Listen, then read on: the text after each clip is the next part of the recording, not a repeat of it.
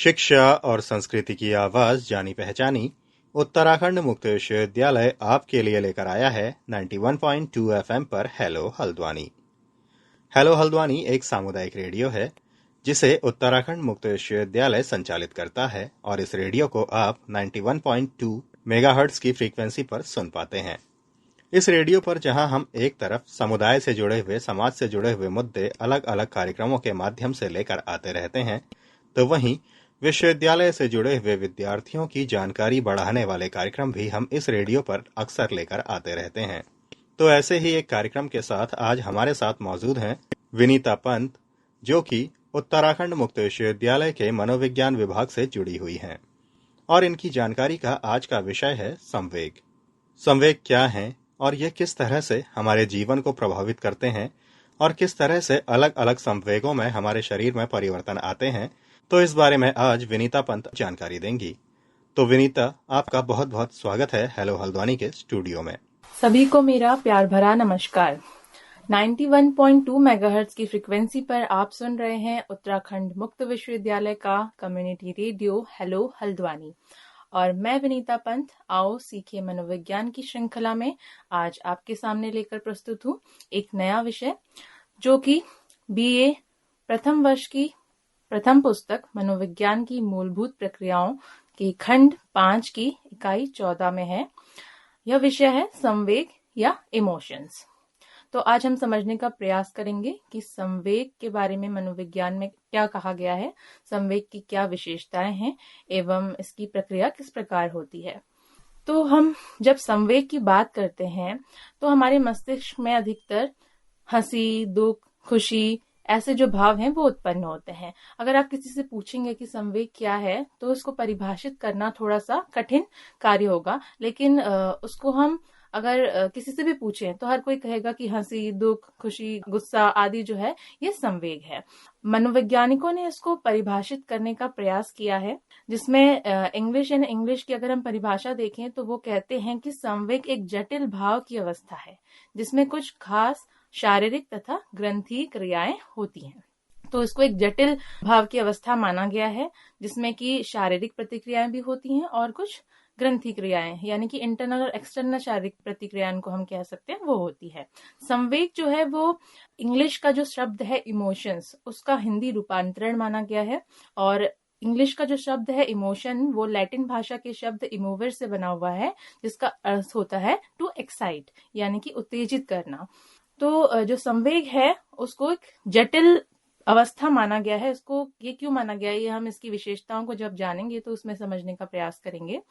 अब संवेग का जब अध्ययन किया गया था तो पॉल एकमैन ने इसमें इमोशंस में काफी अध्ययन किए थे और उन्होंने 6 बेसिक इमोशंस के बारे में बताया था। हालांकि इमोशंस जो होते हैं वो बहुत प्रकार के होते हैं और कंबाइन फॉर्म में भी होते हैं, एक साथ बहुत सारे इमोशन मिलकर हमारे साथ अभिव्यक्त होते हैं। लेकिन शुरुआत में पॉल एकमैन ने 6 मूल संवेग यानी बेसिक इमोशंस को बताया, जो कि हैं भय या फियर, क्रोध या एंगर, जॉय यानी कि खुशी, सैडनेस या दुख, डिसगस्ट या घृणा, तथा सरप्राइज जिसे आश्चर्य भी कहते हैं। लेकिन आगे जाके इमोशंस के बहुत सारे फॉर्म्स देखने को मिलते हैं जो कि इनके कॉम्बिनेशन से बनते हैं, यानी कि आप एक बार में एक इमोशंस को जब फील कर रहे होते तो उसके साथ आप कुछ और भी इमोशन फील कर रहे होते। जब आप गुस्सा हो रहे होते तो गुस्से में कहीं ना कहीं आपके अंदर एक दुख का भाव भी होता है, कहीं आपके अंदर घृणा का भाव भी होता है। तो आप इनका एक कॉम्बिनेशन जो है वो एक बार में फील करते हैं। संवेग के साथ जो है भाव जुड़े होते हैं। भाव और संवेग अधिकतर हम एक साथ एक जैसा समझ के चलते हैं, लेकिन इनमें थोड़ा बहुत अंतर भी देखा गया है। भाव जो होते हैं वो संवेग से पहले आते हैं, उससे पूर्व आते हैं, और भाव के बहुत सारे प्रकार नहीं माने जाते हैं। भाव सुख का भाव या दुख का भाव हम कह सकते हैं, लेकिन संवेग जो होते हैं वो अनेक प्रकार के होते हैं। भाव अपेक्षाकृत जो होते हैं वो कम स्थायी होते हैं, लेकिन संवेग जो होते हैं थोड़े अपेक्षाकृत स्थायी माने जाते हैं। अब हम देखते हैं कि संवेग की विशेषताएं क्या हैं। संवेग का जो अध्ययन है वो कठिन है और उसकी, लेकिन फिर भी मनोवैज्ञानिकों ने इसका अध्ययन करते हुए कई सारी इसकी विशेषताओं के बारे में बताया है। अब इसका अध्ययन कठिन क्यों है? जैसे कि आपको मैंने बताया कि थोड़ी जटिल प्रक्रिया होती है। एक साथ कई सारे संवेग सामने आ जाते हैं। कई बार आपको एक व्यक्ति सामने से खुश नजर आ रहा होता है, लेकिन हो सकता है भीतर से वो दुखी भी हो, भीतर से उसके अंदर आपके प्रति घृणा का भाव आ रहा हो, लेकिन वो सामने से खुशी की अभिव्यक्ति कर रहा हो। तो ऐसे में जो है, अगर संवेग को हम समझेंगे तो उसको समझना कठिन हो जाता है। इसलिए हम कहते हैं कि दूसरे के भावों को समझना है, दूसरे के संवेगों को समझना भी कठिन कार्य होता है। इसी के लिए मनोवैज्ञानिकों की जो आजकल बात की जाती है, इसीलिए की जाती है क्योंकि वो उसका अध्ययन करते हैं और कहीं ना कहीं इस क्षेत्र में निपुण हो जाते हैं वो, और इसको अच्छे तरीके से समझ पाते हैं। अगर हम विशेषताओं की बात करते हैं तो सबसे पहले, जैसा विशेषता मैंने पहले भी आपको बताई, कि संवेग एक जटिल प्रक्रिया होती है, यानी कॉम्प्लेक्स प्रोसेस होती है। कॉम्प्लेक्स इसलिए होती है क्योंकि बहुत सारे इमोशंस एक साथ मिले जुले होते हैं, और इसके साथ साथ इसमें बहुत सारे शारीरिक परिवर्तन भी एक साथ में होते हैं। तो ओवरऑल ये एक जटिल प्रक्रिया बन जाती है और इसमें समझना इसको थोड़ा कठिन रहता है। संवेग को विकीर्ण भी माना गया है, यानी कि डिफ्यूज का अर्थ है कि जब संवेग की प्रक्रिया होती है, कोई भी संवेग होता है, तो हमारा शरीर एकदम से उत्तेजित हो जाता है और हमारे शरीर में विभिन्न प्रकार के परिवर्तन होने लगते हैं। और वो जो अचानक होने वाला जो उत्तेजन होता है वो विकीर्णता को दर्शाता है। और हर व्यक्ति में और अलग अलग संवेग में जो ये विकीर्णता का स्वरूप होता है, यह भी अलग अलग होता है। जैसे कई बार अगर क्रोध की हम बात करें तो कोई व्यक्ति क्रोध में सिर्फ ऊंची आवाज में बात करेगा, लेकिन अन्य कोई व्यक्ति है, हो सकता है वो क्रोध की अवस्था में हाथ पैर चलाना शुरू कर दे, उसका जो स्तर है, उसकी जो विकीर्णता का स्तर है वो बहुत अलग हो सकता है। तो उसमें विकीर्णता होती है जो कि अलग अलग होती है। अब संवेग जो है उसको संचय भी माना गया है। संचय यानी क्यूमुलेटिव माना गया है कि जब संवेग एक बार के लिए उत्पन्न होता है तो वो कुछ समय के लिए उत्तरोत्तर थोड़ी देर के लिए बढ़ता चला जाता है। जैसे आपको क्रोध आता है तो आप थोड़ा सा बड़बड़ाना शुरू करते हैं, उसके बाद आप थोड़ी देर और ज्यादा तेज क्रोध में आ जाते हैं और वो कुछ समय तक थोड़ा बढ़ जाता है और उसके बाद वो धीरे धीरे होकर शांत होता है। तो इसमें एक संचयी प्रवृत्ति पाई जाती है। अब संवेग जो होता है वो एक सतत प्रक्रिया मानी गई है, परसिस्टेंट प्रोसेस मानी गई है। संवेग उत्पन्न होने के बाद जो उसकी जो परिस्थिति रहती है, जब वो परिस्थिति से आपको कोई संवेग उत्पन्न हुआ तो वो परिस्थिति हट भी जाती है, तो उसकी कुछ समय तक वो संवेग थोड़ी देर के लिए बना रहता है। जैसे कोई दुखद घटना हुई आपके साथ, तो आपके अंदर दुख की जो अभिव्यक्ति है वो हुई, दुख का संवेग आपके अंदर आया, तो वो घटना थोड़ी देर खत्म भी हो जाएगी, तो कुछ समय तक आपके अंदर वो संवेग जो है बना रहेगा। अब ये जो समय है ये भी निर्भर करता है कि डिपेंड करता है कि घटना कैसी है, और आपका जो पर्सन टू पर्सन है वो भी इसमें डिफरेंस रहता है कि कितने देर तक आप उस संवेग को बनाए रखेंगे। लेकिन थोड़े स्तर तक सततता इसमें पाई जाती है। कई बार बहुत लंबे समय तक ये जो संवेग है ये बना रहता है व्यक्ति में, उसको छुड़ाना भी मुश्किल हो जाता है और कहीं ना कहीं बाद में इसके लिए काउंसलिंग की जरूरत पड़ती है उस संवेग को हटाकर दूसरा संवेग उसकी जगह रिप्लेस करने के लिए। अब संवेग जो है वो अभिप्रेरणात्मक स्वरूप का भी होता है, यानी मोटिवेशनल नेचर का भी होता है। जैसे मोटिवेशन की हम बात करें तो अभिप्रेरणा में हम बोलते हैं कि एक लक्ष्य होता है। जब व्यक्ति अभिप्रेरित होता है तो वो लक्ष्य केंद्रित होता है और वो किसी लक्ष्य की ओर बढ़ रहा होता है। तो उसी तरह जब संवेग हमारे अंदर उत्पन्न होता है तो संवेग में भी कहीं ना कहीं जो प्रतिक्रियाएं होती हैं तो वो लक्ष्य केंद्रित ही होती हैं, और वो इसलिए हम उसको कह सकते हैं कि उसका स्वरूप अभिप्रेरणात्मक होता है। जैसे कि अगर आप मान लीजिए कि सामने से कोई कुत्ता आ रहा है और आपका कुत्ते के साथ पहले से कोई घटना ऐसी घटी है कि कुत्ते ने आपको काटा है या आप उससे डरते हैं, तो आपके अंदर कुत्ते को देख के जो भय उत्पन्न होगा और एक लक्ष्य आपके साथ होगा कि मैं उससे बच के निकलूं, तो आप थोड़ा सा साइड को हो जाएंगे या कहीं दूर को हट लेंगे वहां से, तो एक लक्ष्य आपका बन गया, तो आप उसके अनुसार ही क्रिया करते हैं। अब हम बात करेंगे इमोशंस की डेवलपमेंट की, यानी कि इमोशंस का विकास किस प्रकार से होता है व्यक्ति के अंदर। तो मनोवैज्ञानिकों ने जो अध्ययन किए इमोशंस को लेके, उसमें उन्होंने पाया कि व्यक्ति जैसे जैसे विकास करता है, बच्चे का विकास जैसे जैसे होता है तो उसके भीतर इमोशंस का भी उसी तरह से विकास होता है। वॉटसन ने सर्वप्रथम अध्ययन करने का प्रयास किया था इमोशंस के विकास के क्षेत्र में, और उन्होंने कहा था कि एक नवजात शिशु में अनुराग, क्रोध और भय के संवेग जो होते हैं वो पहले से मौजूद होते हैं या जन्मजात होते हैं, लेकिन बाद में और भी अध्ययन हुए जिसमें हम ब्रिजेस के अध्ययन को पढ़ेंगे। तो वॉटसन ने कहा था कि कुछ बेसिक इमोशंस हैं जैसे कि भय, क्रोध है, आश्चर्य है, खुशी है ये बचपन से या जन्म से व्यक्ति के अंदर होते हैं और विभिन्न संस्कृतियों में ये लगभग समान होते हैं और इनके जो फेशियल एक्सप्रेशन या इनकी आनंद अभिव्यक्ति होती है वो भी लगभग समान होती है कि आप एक संस्कृति में जिस तरह से आप हंसते हैं या खुश होते हैं, दूसरी संस्कृति में व्यक्ति जो होगा वो भी उसी तरीके से स्माइल करेगा, उसी तरीके से खुश होगा। तो फेशियल एक्सप्रेशन इसका लगभग समान होगा।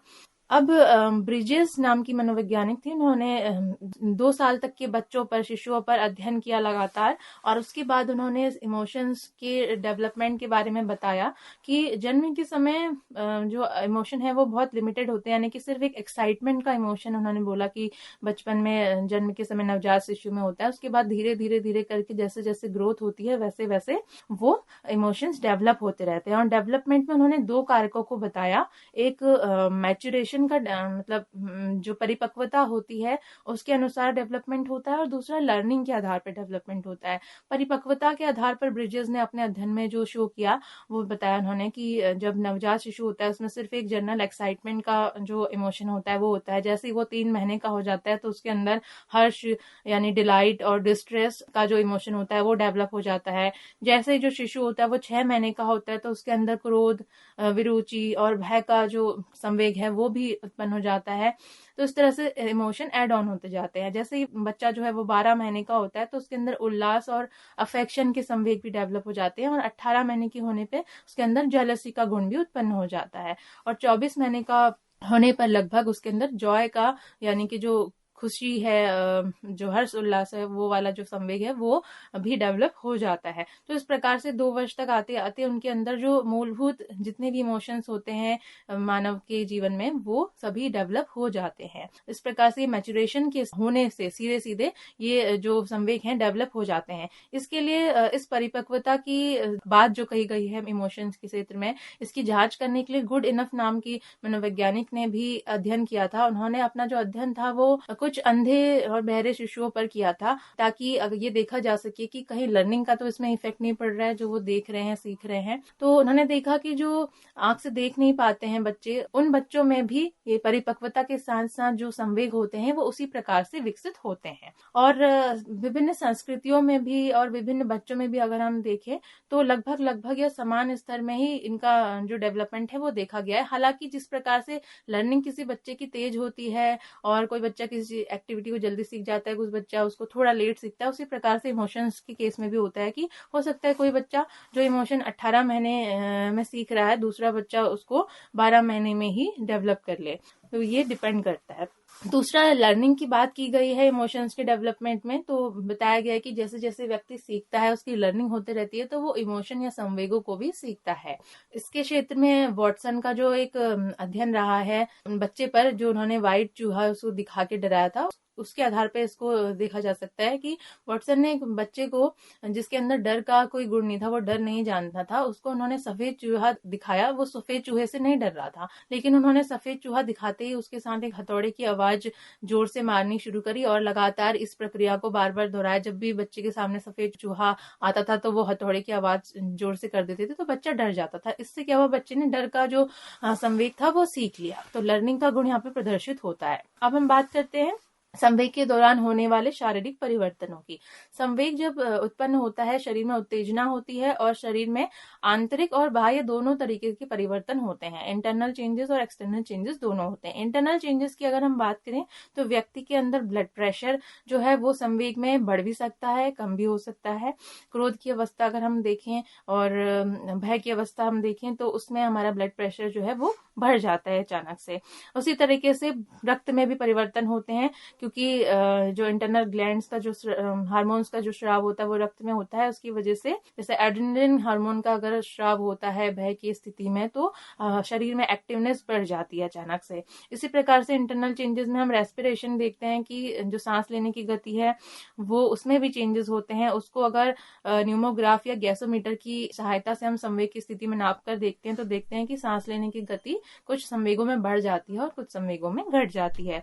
उसी प्रकार से हार्ट बीट और पल्स रेट की भी बात की जा सकती है। उसके साथ ही जो एंडोक्राइन ग्लैंड्स होते हैं उनसे आंतरिक स्राव होता है हार्मोन्स का और शरीर में बदलाव होते हैं।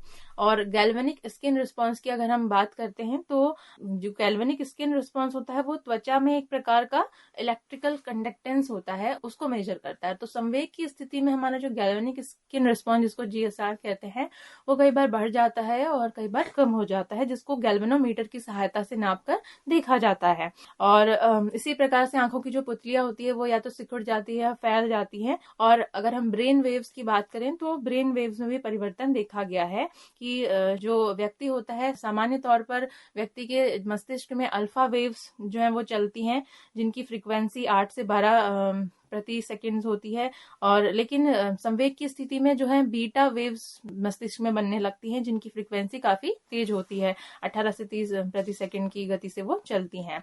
इस प्रकार से एक्सटर्नल चेंजेस की अगर हम बात करें तो शरीर में बाह्य परिवर्तन कुछ होते हैं, जैसे फेशियल एक्सप्रेशन में चेंज होता है। अगर आप देखें तो जब गुस्सा अगर आप होंगे तो आपका चेहरा जो है वो अलग सा तुनतना सा नजर आएगा, आपका चेहरा लालपन आपके चेहरे में आ जाएगा। तो उस तरह से चेहरा देखते ही हम पहचान लेते हैं कि व्यक्ति को क्या इमोशन है। अगर वो खुश है तो उसकी चेहरा देख के आप बता देंगे कि वो खुश है, अगर उसे गुस्सा आ रहा है तो आप बता देंगे कि वो गुस्सा है, और किसी को दुखी देखकर आप बता देंगे कि वो दुखी है। तो इसी के साथ बॉडी पोस्चर भी चेंज होते हैं और वोकल एक्सप्रेशन भी चेंज होते हैं। आपकी आवाज का स्तर किसी इमोशंस में बहुत तेज हो जाता है और किसी इमोशन में बहुत कम हो जाता है। जैसे जब आप दुखी होंगे तो आप बहुत धीमी आवाज में बोलेंगे, जबकि आप बहुत ज्यादा उत्तेजित होंगे, खुशी होंगे या गुस्से में होंगे तो आप बहुत तेज आवाज में बोलेंगे। उसके अलावा बॉडी पोस्चर भी चेंज होते हैं। बॉडी पोस्चर से भी आप पता कर देते हैं, जैसे कंधा झुका सा, आपका शरीर झुका सा है तो आप दुखी वाली अवस्था को पहचान जाएंगे। और अगर कोई व्यक्ति बहुत चौड़े कंधे से अच्छे से चल रहा है तो आप उसके इमोशंस को उस टाइम पे समझ सकते हैं।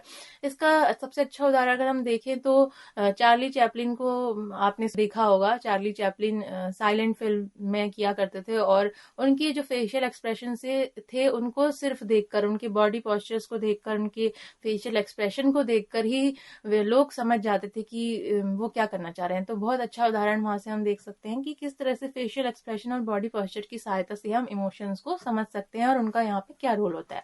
उसके अलावा मिस्टर बीन को भी आपने देखा होगा। तो इस तरह के उदाहरण से हम समझ सकते हैं कि बॉडी के जो एक्सटर्नल चेंजेस होते हैं, आनंद अभिव्यक्ति या फेशियल एक्सप्रेशंस होते हैं, उनका इमोशंस में कितना बड़ा रोल है और उनकी सहायता से किस प्रकार से हम व्यक्ति के इमोशंस को समझ सकते हैं। और इन्हीं सब की सहायता से कहीं ना कहीं मनोवैज्ञानिक जो होते हैं या काउंसलर जो होते हैं वो काउंसलिंग में इनकी हेल्प लेते हैं और अपने जो क्लाइंट है उसकी इमोशंस को समझ के एक अच्छा संबंध स्थापित कर पाते हैं। तो आज की कक्षा में हमने संवेग को समझा, संवेग की विशेषताओं को जाना और जाना कि किस प्रकार से जो शारीरिक परिवर्तन होते हैं संवेग की अवस्था में कैसे होते हैं। ब्रेन वेव्स जो होती हैं वो किस तरह से काम करती हैं। और ब्रेन की अगर हम बात करें तो हाइपोथैलेमस का और लिम्बिक सिस्टम का और सेरेब्रल कॉर्टेक्स का काफी रोल होता है इमोशंस की अभिव्यक्ति में। लिम्बिक सिस्टम के अंदर हिप्पोकैम्पस जो होता है, अमेगिडला होता है, उसका काफी रोल होता है वो इमोशंस के नियंत्रण में। अगर ब्रेन के इन क्षेत्रों को प्रभावित किया जाए तो कहीं ना कहीं संवेग की जो अभिव्यक्ति होती है वो प्रभावित हो जाती है। संवेग जो व्यक्ति फील करता है वो उसमें भी प्रभाव पड़ता है। तो ऐसे मनोवैज्ञानिकों ने अध्ययन करके जाना है कि ये जो हाइपोथैलेमस है या अमेगिडला है और लिम्बिक सिस्टम है, ये काफी ज्यादा महत्वपूर्ण भाग होते हैं ब्रेन में, जो इमोशंस के रिस्पॉन्स को कंट्रोल करते हैं और इमोशंस को समझने में मदद करते हैं। तो आज की कक्षा के लिए इतना ही, फिर मिलते हैं एक नए विषय के साथ। धन्यवाद एवं शुभ दिन।